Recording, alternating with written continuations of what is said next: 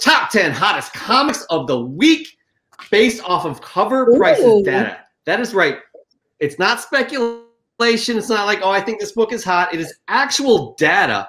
Each and every week, Cover Price dishes out. They release a list on Monday. Our show is live every Friday. We like to dissect things. Normally, Chris actually takes the top 3 most interesting books on that top 10 list. This week, we're doing something different because this week, the list is like, we've never seen this before. It is fascinating. So we're going to get into it right now. I'm going to have Chris lead the way on this after I read off to everybody the top 10 hottest comics of the week. Here we go, everybody. That is right. We have at number 10, we have Kanto, number 1 from IDW. Number 9 is Marvel's Voices. Number 1, the first appearance of the Goddess Spider, first cameo of the Children of the Atom. That book is an interesting book. People are either trashing or loving. At number 8, West Coast Avengers, number 45. We all know why that book is hot, and I love John Byrne. Number 7, Ultimate Fallout, number 4. At number 6, by the way, Ultimate Fallout, number 4. I mean, come on. At number 6, Spidey Super Stories. Number 5, we have Slam, number 1 by Boom. At number 4, our good friends at Bad Idea, ENIAC, number 1. I love that this is on the list each and every week, guys. Chris and I, we're happy to have Dinesh on to speak about his company, but we believed in it before he came on. So anyways, number 3 is Lenore, number 1. Number 2 is Mystery Girl, number 1 from Dark Horse. And at number 1 is Nottingham, number 1 from Mad Cave. Chris, what are the similarities we see in this list this week? Right, yeah. So, I mean, you know, I usually go through and I can pick out 3 books and say, boom, boom, boom. I pick out 3 books because of crazy reasons. I pick out 3 books because of, you know, value jumps or just why books are hot. This week, I couldn't just pick 3 books. But what we see on this list that we've never seen before, we've been doing the show for almost a year. I've never seen a list that is not only dominated by independent books, but how each of those independent books is by its own publisher. Check this list out. IDW, right? Boom.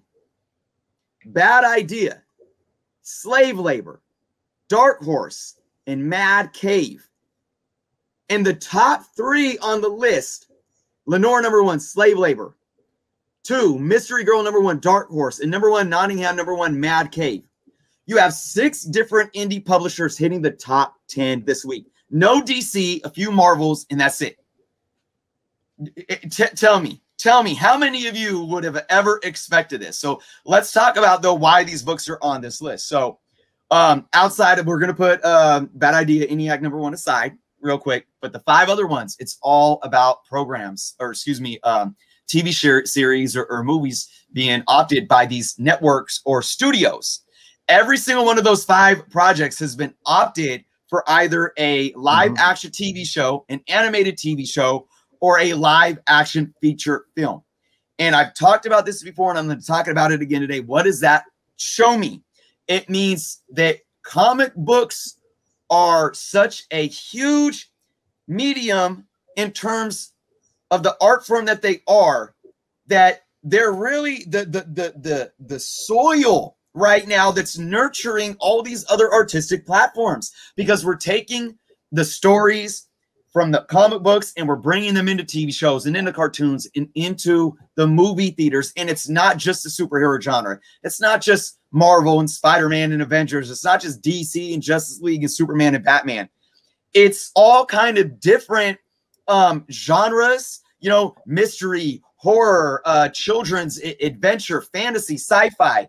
And they're all looking at comic books. You have these big networks and big studios saying, where do we get creators anymore? You're not just going to your, you know, I don't even know. I can't even, your Ridley Scotts and your Steven Spielbergs, or, you know, Zemeckis's and all these people. They're going to comic books to get these stories from. So when everyone sits there and says, people don't read comic books anymore, you got to be kidding me, dude. I'm just telling you. Movies, though. I'm just kidding. Well, and that too. And hey, look, and it pairs because there's so many people that are out here reading these comics that they know that they could take these properties and put them into movies for those people that watch movies, right? Connect with the characters, right? Because watching them come to life on a screen is much different than reading them in the story, because you have this vision of how you think this person is. And then to watch them come to life, it draws you in more. Or it has the opposite effect also, where if you didn't read the book, but you watch the movie or the series and you're like, you know what? I really need to go back and read this because I want to see where this came from and how this came to fruition. Absolutely spot on. I mean, I think you took my thoughts right out of my head and my mouth. I'm sorry. Right. You passed it to me, so I took it.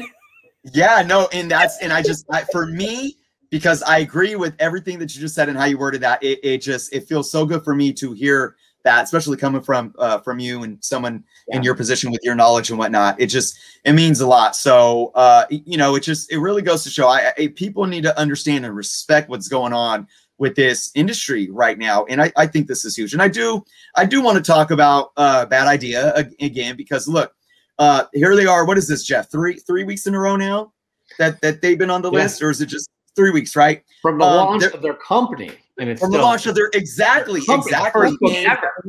What a great accomplishment out the door. Absolutely. Yeah. They did it right. And we've talked about many reasons why they've done it right. And people are going to hate on it, what have you. But again, we think those are the speculators who can't get 20 copies of this book. Right.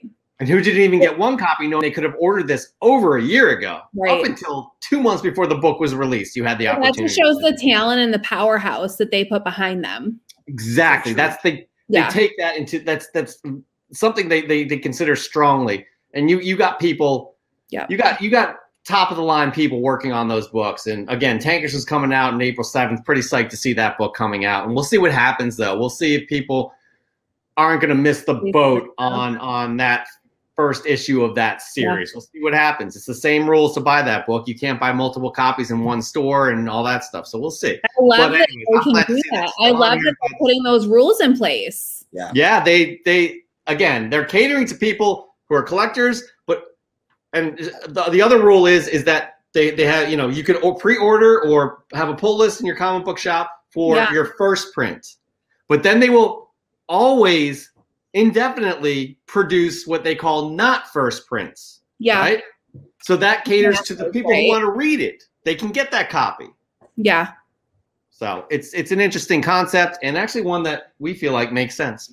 But I love that rule. I think that it stops people from manipulating the market. Exactly. That's it. And that's, Dennis, they put the CEO they put a lot of thought into what they were doing. And again, they knew that they're going to get a lot of pushback on it, and they have for this first issue. We'll see what happens down the road with more of their releases. But Chris, I don't know, are there any other points you want to bring up about the top 10? No, I think we really hit the nail on the head here. I love, I love seeing this mix of books and reasons, I do want to give a big shout out to my guy Miles for making that list yet again. I just got to say that. But yeah, no, I just happy. Like I said, 6 different indie publishers in the top 10 for this week. Just beautiful. I think that shows the overall strength of the market as well. Yep. That people are considering other books other than the big 2, and that's very important for the health of this market. Just to see other options, other people picking up other lesser known properties, and actually not only picking them up, but dropping some cash on these, right? So Canto's no joke. Well, and I think speak to being hungry for more than just superheroes. Yeah, correct. More than anything, it's like, well, yeah, Marvel crushes superheroes in the movies and everything else, but people love those darker, deeper stories. Yeah. They can really, because like everyone can't connect with being a superhero, right? People can connect with misery and like trials, and like it's true though. It's true. Yeah. I mean, two points are Tinian's book, James Tinian's book. You got Department of Truth and Something is Killing the Children. Those are two hot titles right now. Yep. Yeah. Two super hot titles that, you know, there's supernatural things involved, but not superheroes and people, you know, Right. with But that's superpowers. different. Yeah. Yep. So it's cool And to see that too, you look at what Kevin Feige's doing with superheroes and taking the superhero out of the superhero genre and putting it in spy espionage or some kind of crazy TV sitcom that where you don't know what you're going to get from episode to episode. So yeah, I mean, absolutely, there's so much more to be told outside of just, and that's why, hey, Jeff, this goes back to Radiant Black. You know, when I read issue #1 of Radiant Black, it was like, you know, some guy finds a suit, becomes a superhero, and it's like, okay, this is the same thing being told and told again. We want that something different. We want stuff that we can relate to more, that branches outside of that basic structure, you know? Box. Yep. Yeah. Yeah. That's true. But anyways, it's really interesting to see this kind of this indie dominated list. So that is our top 10 hottest comics of the week. There will be a new and interesting list next week.